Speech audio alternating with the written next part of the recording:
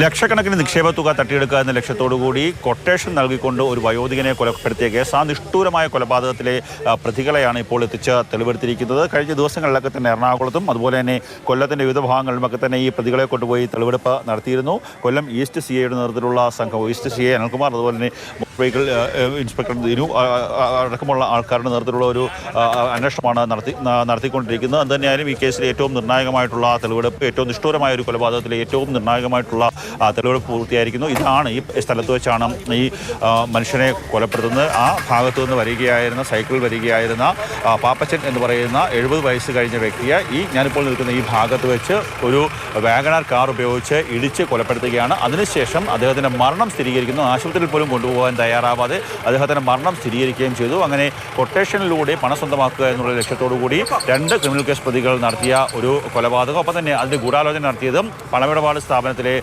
വനിതാ മാനേജർ അടക്കമുള്ള ആൾക്കാരാണ്. അവരെല്ലാം തന്നെ പോലീസിൻ്റെ പിടിയിലായിട്ടുണ്ട്. തൊട്ടടുത്ത് തന്നെ ഒരു 20 മീറ്റർ 30 മീറ്റർ അകലത്തിലാണ് വാഹനം ഇട്ടിരുന്നത്. അവിടെ നിന്ന് വാഹനം എടുത്തതായിട്ടാണ് പറഞ്ഞിരിക്കുന്നത്. ആ വാഹനം അവിടെ നിന്ന് എടുത്ത് സെക്കൻഡ് ഗിയർ മുതൽ തേർഡ് ഗിയർ വരെ ഇടുന്നത് വരെ അമിത വേഗതയിലേക്ക് എത്തുന്നതിനുള്ള പവർ കൂടുതലാണ്.